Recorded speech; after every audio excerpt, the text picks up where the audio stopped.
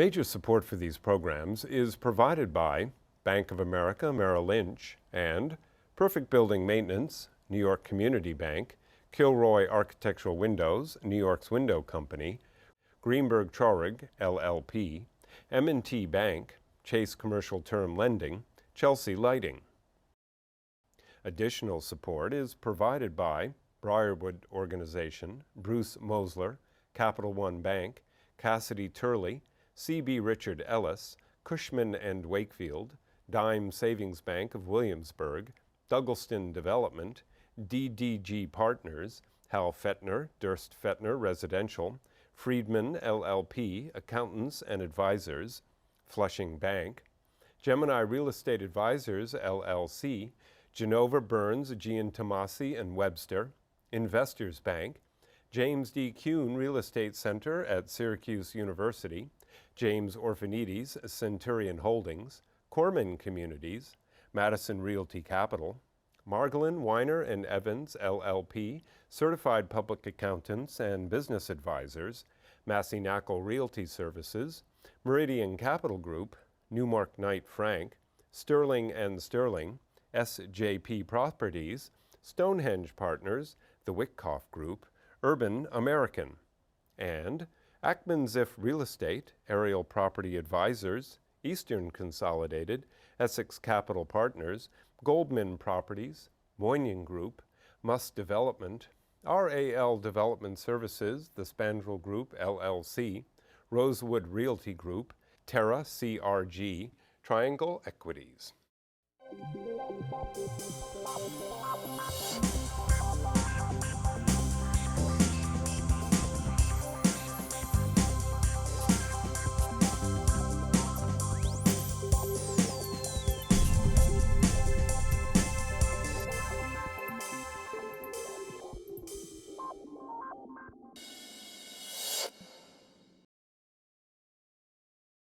There is a place. I was born there. I still love it. It's called Brooklyn. It's the fourth largest city in the nation. It's a place where there's so many things happening. The Mecca. I mean, there are studios, there are hotels, limited restaurants, but it is the place where everything is happening. So today I brought the people who are really going to tell us what's happening in that hot, hot market known as Brooklyn.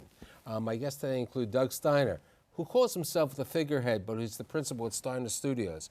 Ralph Bumbaka, the man with the money, senior vice president at TD Bank, America's most convenient bank. Jed Willentis, who is the principal at Two Trees Management Dumbo. And last but not least, Bruce Mosler. He is the chairman of Global Brokerage, and more important, he's a dear friend from Cushman & Wakefield. So, Mr. Studio, Mr. Banker, tell me what's happening. Everybody loves Boardwalk Empire. They really think, Atlantic City is in Brooklyn. But so tell us what's happening in the studio business. We have Boardwalk Empire shooting season 3, and we have Girls shooting season 2. Both are HBO. We have a show coming on called Made in Jersey, which is being made in Brooklyn. Another show coming on that I can't disclose yet. We opened 5 new stages about 2 months ago. And we're continuing to expand. We'll have doubled in size in another 18 months when we finish our present project. Now, besides the studios, you were talking before that in one of the buildings you're doing a major renovation. Tell us about what's going on in the renovations. There's a 7-story building at our entrance, sort of like a narrow footprint version of the Starrett Lehigh building. Rounded corners, Art Deco, 14 to 20 foot slab to slab heights. We are renovating that, gut reno. And we are putting Brooklyn College in with a graduate film school, which will be the only public graduate film school embedded on a working lot, we think, in the country, if not in the entire world. And then you mentioned there's maybe a possibility of places like Carnegie Mellon? We are working with Carnegie Mellon and EDC to bring Carnegie Mellon to the lot as well. And they are leaders in the world in animation and much of what goes into phones and computers. So in Pittsburgh, they have a 200-man facility with Google. They also have a 200-man animation studio with Disney. And we would like to see similar outposts in Brooklyn with Carnegie and with those companies on the lot. It's unbelievable. Mr. Willentis, the Willentis father and son tag team, we can call them, that tag team, Dad and you have done an unbelievable, nobody, I mean, people, Dumbo started, $6 a foot. There was nothing. What's going on today in Dumbo? It's really incredible. Thank you for your kind words. And Brooklyn's really been a group effort. People like these gentlemen, the work Doug's done at the yard, I think it's really a culmination of a lot of energy from a lot of different people. And Dumbo, to some extent, helps move that along, and to some extent, we're a beneficiary of all the other activity. I think the most exciting thing in Dumbo going on today is the tech office sector. I think we've gotten a lot of press over the years for the residential district and the fancy apartments that we've built, and the pricing that those apartments get on the market. But in terms of something that brings energy to the community and vitality and makes a real impact on the streets and the urban fabric there, it's the office space. And we literally have... Let's talk about that, because I think you brought up something before, and then Bruce will talk about it, because really Bruce is one of the nation's or the world's leading experts in the office market. Tell us about the tenants who moved in there a number of years ago with the 500 to 1,000 square feet, and what's happening, with the tech and everything. Yeah, so just like the neighborhood, our tenants 10 years ago were in their infancy. So we attracted a lot of people who were startups who were moving out of their homes or moving out of, illegal artist studios or stuff like that into their first real office. And these tenants had no credit, and they were very flexible. Some of them would disappear and go out of business overnight, and some have really flourished. And I think, as I mentioned before, we have 6 or 7 tenants who started at 2,000 or 3,000 feet or less and are now taking over 50,000 feet of space from us. And it's been incredible, but there's now a tension, because we're pretty much out of space down there, between trying to accommodate these tenants as they grow, because now when they're growing, they don't just want another 1,000 feet. A 50,000 foot tenant wants 25,000 more feet to grow. Do you have any space for expansion? We have no space for expansion, and it's something, similar to Doug, we're trying to work with the city on creative solutions to enable this. We really feel like we've built a 3 million square foot incubator for the city of New York. And we also think that it's going to be okay if some of those tenants grow up and go elsewhere, whether it's to downtown Brooklyn or to Midtown South or other office markets. But we also think it's important to foster what we want to do there, because they're not only there for price. They're there in large part because of the other firms that are there and for the culture that we've created there. People are going to Brooklyn. People are finally realizing, it's always been a 24/7 community, but there are more amenity. There's more liveliness happening over there. I mean, Bruce, as we were talking before, I mean, your company recently put in Mount Sinai Medical Center, and WestMed just took 75,000 square feet in Pierpont Building. Mm-hmm. So the medical centers are going in there. There's more space, and in reality, I mean, Dumbo's you're landlocked on office space over there, but there are great opportunities for people to move to downtown Brooklyn or to Brooklyn, because there are REIT benefits. If you're a company who makes a profit, you can get as much as a $12 REIT benefit, and if you're paying $25 in rent, it's basically $13. Where can you get that for $13? How do you see the office market, and what else is going on over there? Especially you guys are involved even with the arena and the sponsorship of the new Barclays Center. So let's take a quick step back and sort of frame what I think is happening in the office market, beginning with sort of Midtown South New York, where despite what's happening in Midtown, which is sort of a slowdown and a flattening out of rents, Midtown South continues to believe a broker has talked that it's slowing down? That's I like said an oxymoron. I said sort of. So I hedged myself. He was transitioning to his I next was point. transitioning, right, but to get back on point. Thank you, Janet. Midtown South is not slowing down. Midtown South today has moved and independent of Midtown in terms of its success. Remember, we're talking about Brooklyn paradigm shift. today. I'm going to get there. I'm framing it as I mentioned, Michael. But where rents are continuing to move north there, you are seeing media and tech tenants locked out of New York. So Brooklyn becomes a logical alternative. It is also an incubator, as Mr. Walentis said. It is an incubator for the kind of tech tenants and media tenants that can't find space or afford space in Manhattan. It's for the startups. It's for those sort of mid-sized companies that really want to be in a hip new neighborhood. Brooklyn is undergoing a renaissance, and there's no question. With a marketplace, a Class A marketplace of almost 8 million square feet, Dumbo completely leased up, that you're going to see, we think, a boom. For the first time, the media and tech sector has outpaced the financial services sector in terms of take-up in New York, 27% versus 26%. So we're seeing change, and it's I believe it's a paradigm shift in what's going on. You are right. We are affiliated with the Barclays Center. We're very excited as Cushman & Wakefield to be a part of Brooklyn, to be a part of the first professional sports team to be back there. I shouldn't say first professional because there is another professional sports team, but we think the Brooklyn Nets are going to be an important part of the whole renaissance of Brooklyn, the continuing renaissance of Brooklyn. Banker, how many years have you been for originally Commerce and TD in Brooklyn now? Well, they were over 10 years now, and it's been a great growth story. We started out just with a couple of branches, a couple of stores. We call them stores, and now we're approaching 20. We're building out our 17th, 18th, and 19th. We're going into Greenpoint, into Williamsburg. So where does the bank see the growth, and who are your customers, and who are you servicing the tech companies? Yeah, I think, Jed is talking about, or are you doing some work with the customers, of Doug's place over there? Do you think you're going to be doing some work with the Nets and with the concerts and the venues, because you need business? I mean, he has catering, you have restaurants, you have other things. Right, and these businesses, these young entrepreneurs that are really out there starting businesses, they love that community aspect of it, and we kind of fit into that mold in the sense that we offer 7 days a week, long banking hours, really very flexible. How about providing credit? Okay, retail is nice. We need loans. It's always nice. Small business But that always loans. comes hand in hand. You can't do one without the other. That's an important component. And both on the small business and on the commercial side, on the investor real estate side, we're working very closely with the Navy Yard, with both their clients and with their development projects also. So we really see that growth emerging.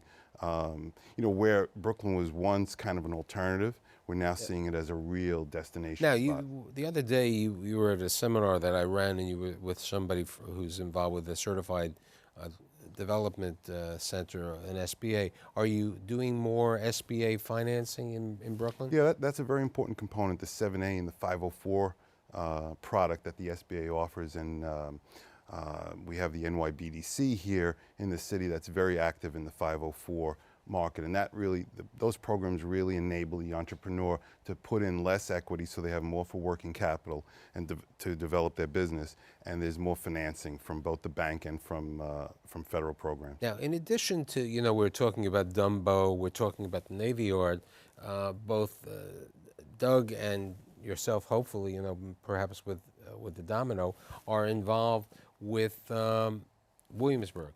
How many years ago did you get involved with Williamsburg? And let's talk about the old mustard facility and what you see happening in the Williamsburg section. I think it was about 5 years ago. We took down a block bound by Kent, Metropolitan, Wythe, and North First, and put up 173 condos in 2 phases. We bought at the peak, delivered at the bottom, but how large defaulted, paid our bank 100 cents. The units overall standard sizes. We were very efficient on our layouts. We care a lot about our site plan. We care a lot about our floor plan and sort of design from the inside out. So, with regard to that, you similarly went into Wythe Avenue, and you built the finest boutique hotel in Brooklyn, because the best hotel, full service hotel, is my friend Josh Must's Marriott at the Brooklyn Bridge, and that's a full-service hotel, really important for Brooklyn because it has, the catering facility and everything in the large rooms. What you've done in Williamsburg is unique. Tell us a little bit about the new hotel which just opened. Thank you. So we did a 72-room boutique hotel, as you say, opened on the corner of North 11th Street and Wythe, right across from the Brooklyn Brewery and the Brooklyn Bowl. So there's a great little hub of activity on that corner. We're right near the waterfront, right near McCarran Park. And we've been open 6 or 7 weeks, and business has really been off the charts, both in terms of... Now, where are the people coming from? I had done a show earlier last week, and we were talking about the hot investment market, and I was joking about the Long Island City hotels, 27 hotels. How many people want to be in Long Island City, But it's the runoff. I think people who are going to your hotel in Brooklyn are going there because they want to be in Brooklyn, as opposed to the runoff that they have in Long Island City. Yeah, I think that's totally right. Our mindset in building the hotel, similar to some of Doug's projects, is a rehab. And we thought that was really important. We thought to fit in that community, you need to take a building with some architectural integrity and make it fit with the context and sort of the, the social sort of vibe of the neighborhood that's going on there. And one of my partners in the project said from day one that when people come there from the community, we want them to feel like they're in their living room when they walk in the door there. And we want them to feel very comfortable hanging out and I spending have a question. time. I haven't been there, but I will take you up and go down to visit. We'll go have lunch. Okay, the Ace Hotel, when the Ace opened up, I remember taking a tour, and the bunk beds and some of the, I mean, you walk into the lobby of the Ace Hotel, it's wall to wall, and everybody has their computer out and their iPad and everything else. We're trying to create something, not dissimilar. I wouldn't say it's a complete knockoff of that, but I think the philosophy is very similar, where you're trying to be, not a five-star hotel. You're trying to really provide intelligent services that a younger, hipper consumer really desires, and find that right level of service where you can keep pricing affordable, but create an interesting place for them to be that's comfortable. And in Brooklyn, we're certainly providing a new experience. And in answer to your previous question, because to be honest, when we started, I had no idea where people were going to be coming from. And I still walk around there all the time, and I talk to people, and I introduce myself, and I say, where are you coming from? And we've been, not full, but we've been over 75% since we opened. And on day one, we were 75%. Where are those people So coming it's from? all people somehow from the neighborhood. It's friends and family of people who live there, and the place developed a tremendous following. It took us a year to build it. So as we were building it, the genuine interest, because there's nothing like it, was overwhelming. The other thing that goes on in Williamsburg that I think nobody has any idea of, because you don't have a cluster of buildings like we have in Dumbo, is there are hundreds and hundreds of little small businesses in Williamsburg as well. And we don't think about it. We think about, airlines with stewardesses are users of hotel rooms. Well, yeah, if you have a 1,000-room hotel, you need some of that business. If you have a 72-room hotel, the Brooklyn Brewery, he needs 300 hotel rooms a year. It all adds up. And there are hundreds and hundreds of these little businesses, and we're a perfect solution. Which relates rather well to what TD is doing, because they're handling, especially in the Ralph's Marketplace, they're handling a lot of these small businesses, for banking services and also for small lending services. We're financing the buildings that have been converted from large space manufacturing facilities, now being broken down into smaller suite units for these small companies. And so we get the underlying financing of the building, and then we're also then get an opportunity to talk to 50, 60 small businesses about their needs and to watch them really grow from infancy into major clients. Let's talk a little bit, not Dumbo, with regard to potentially Domino. What do you think can be built on Domino? Which is probably one of the largest sites in Williamsburg left. For sure, in Williamsburg. We don't have a contract. We're certainly interested in the site, as has been reported in the press. I don't think every detail in the press has been totally accurate, but we think it would be a great fit for our organization, given our track record and our capabilities. I think you're the appropriate player in that market. That's a I nice have a compliment. question, because Doug, you're building in downtown Brooklyn. I want you to talk about that, and then you're planning to possibly build nearby. So let's talk about We like to not call it downtown, but Boerum Hill. We think the center of Brooklyn is really moving Wait a to with the second. arena. It is Boerum Hill. It's Boerum Hill downtown.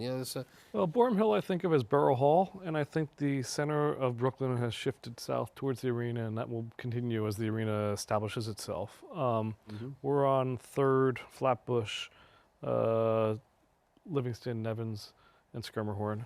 We're building 720 units. High-rise on a 50,000 square foot plot of land. And that's going to be 80-20, 80-20. 80% market rate, 20% affordable. Right. And we hope to do something similar, pretty much directly across the street, more in the BAM district. And again, building on all the fundamentals that Doug talks about. And we have a deal with the city to build about 300, 350 units of 80-20 housing on top of a cultural base. And we would also build a big urban plaza that would sort of be a public space centerpiece for the BAM Cultural District. Here's the situation. I'm listening that we have Borum Hill, we have Dumbo, we have Williamsburg. Are we seeing expansion in other areas of Brooklyn? Are we seeing, has Greenpoint, will Greenpoint be the next neighborhood? Will Bushwick, will Coney Island one day be there? Bed-Stuy also. Okay, Bed-Stuy, what do I mean? I think all of northern Brooklyn is certainly Including Greenpoint. the most dynamic part of the city right now, from Greenpoint down to Cobble Hill and Red Hook, Gowanus, Cobble Hill, Brooklyn Heights, Dumbo, even Vinegar Hill, Williamsburg and Greenpoint, Clinton Hill. Numbers in Clinton Hill now are astounding. And What about Fort Greene? Do you think Coney Island? That's a different That's a different place than North Brooklyn. I think don't know there's a so need. much about Coney Island, to be totally honest. Yeah, I think it's a need from an entertainment perspective in that we're short on entertainment venues, and there's the possibility there. I mean, Yeah, but that's a different dynamic. I mean, right? we do have the Nets will be a stadium. The other professional team is in Brooklyn. It's the Brooklyn Cyclones. Right. Now, I will tell you, the Cyclone Stadium is a great place. Fabulous. It's a place where Really people can take their family at an enjoyable, reasonable price. But the rest of and there's the approval for zoning for these large housing in Coney Island. The negative of Coney Island is a negative of certain parts of the 5 boroughs. It takes a long time to get into Manhattan. That's, when you're talking Borum Hill, when you're talking Williamsburg, you can go into Manhattan in 15 minutes, 20 minutes, maybe a half an hour. When you're at the end of Coney Island is the last stop on the train. And it takes a good hour to get into Midtown Manhattan. So that's, in a way, people don't talk about Staten Island because of the problems with Staten Island over there, with the situation. But, Brooklyn has a lot of good roots. Retail in Brooklyn, how do you see that these days? I think that Brooklyn is still, as much progress as Brooklyn has made on all the fronts that we've been talking about over the last 10 years, I think Brooklyn is still way, way, way underserved, in particular with retail, but I continue to think it's true of hotel rooms. I'm not going to go build more of them, but I think there's tremendous opportunity there still. And other entertainment. I think certain markets, yes, but how many more on 4th Avenue? I'm not certain about. Yeah, I mean, you can go spot by spot. But as a city, as you mentioned, the opening of 2.5 million people, Brooklyn is still way, way, way underserved for restaurants, retail, family And isn't entertainment. it primarily downtown Brooklyn? Because if you look at the most, where the need is greatest, and I think the Brooklyn Partnership is focused on this now. They're talking about renovating streetscapes. They're talking about focusing on neighborhood retail going in. I think they're on this. And by the way, it's essential for the growth to continue in the tech and media center, Right. for that to be addressed. But I think the other big issue coming downtown is eventually NYU's engineering schools will all be 100%. there. Yes. And as the Big, engineering focus big coup. of NYU is there and some other affiliated schools, and there's a student population downtown, and I'm hoping that they rezone for heavy dormitories Yes. there.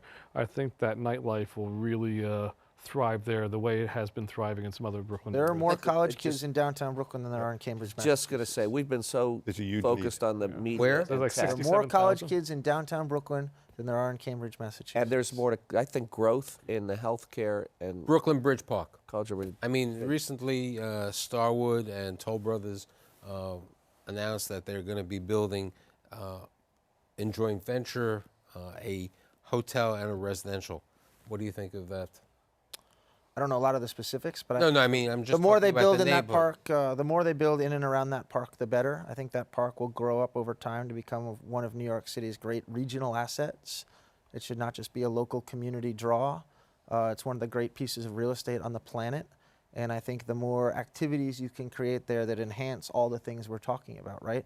That park should be an amenity not just for residents of Brooklyn, Queens, Long Island, Manhattan. Should be for everywhere. It should But be for- but office workers, right? If I'm a giant employer in or around downtown Brooklyn, and you have that park, and my people can go there for lunch, or can go there for a drink after work, or can go and get on the water taxi, or go see I art. remember my wife a number of years ago did the Avon March the Avon Walk, and I ended up in the park over there. And my friend Robert Levine built one bridge, the renovation of One Brooklyn Bridge Park. Took a little harder, but it was something unique over there, and it's important. Do you see potentially more development in the yard, where the studios are, for other businesses, I think residential or anything? Under the Bloomberg administration and Andrew Kimball, the president of the yard, the transformation is just astounding. When we went there in '99, there were literally packs of wild dogs running around. The streets it looked like Sarajevo. And if you drive there now, it is a model of urban industrial development and retaining manufacturing jobs in New York in a very high-tech and all the high-tech and green sectors. Let's talk about, besides you and the tech, what else is in the yards today? There's a graphic arts company that's a client of ours, very large, very prominent, doing work for Apple and Verizon and so forth. And they're just building, they're in 4 locations within the yard. They're renovating 100,000 square feet. So they can consolidate into this one building, a green building. Green initiative is very huge. The only question, transportation to the yard, how is? Well, we're working with the Brooklyn Downtown Brooklyn Partnership to set up pedestrian ways, bike lanes, and rerouting of some bus routes. So there'll be a tech triangle. They're calling it a triangle. I think it'll be more of a rhombus connecting downtown to Dumbo, to the Navy Yard, to Williamsburg. If you're on the L line, you can't really get anywhere else. So we need to connect to the L. But really, since Dumbo was out of space, building on that and keeping it in Brooklyn. It relates to Lenny Litwin, who's probably one of the visionaries in the apartments. Years ago when he built the pavilion, he built, he put a bus, taking people all day from the pavilion, which wasn't that far, it was 76th Street and New York Avenue, to Midtown. And then if you take, since you resided at one time and still live part-time in New Jersey, when the ferry came over, they had this bus, and they still have the bus that goes across town over there. Do you see potentially from the yards a bus to downtown Brooklyn? I think there will be an MTA route that does what we wanted to do economically, generating the growth throughout that area, connecting these different neighborhoods, so that all these high-tech firms and the educational components and all of that can develop where right now, the yard is 300 acres. Traditionally federally owned, now city owned, no subway stop. So a bus is the way to loop it together. We also have a lot of bikers in Brooklyn. It's very interesting, which they did in New Jersey, in Jersey City. They did a light rail. So, the potential light rail. Eventually, idea, I think it's there. I think, the trolley light rail, would be there. Having it on rubber tires is more flexible, though. Yeah. Than building the whole. They had that infrastructure there, and they've made great use of it, and it's fabulous. Creating that from scratch in an urban it's setting really not a long walk, though, for a lot of places. They need to create more of a promenade to make it an easy process and a no-brainer for people. So as I'm finishing my 11th season, I hope that all of you will come back in the fall in the 12th season, and when we can talk about even more developments. And at that time, I'm going to be visiting the studios, and I'm going to see the hotel, and Bruce is going to take me to the Barclays Center. I'd like to thank Doug Steiner, Ralph Bumbaka, Jed Willentis, and Bruce Mosler. See you next week.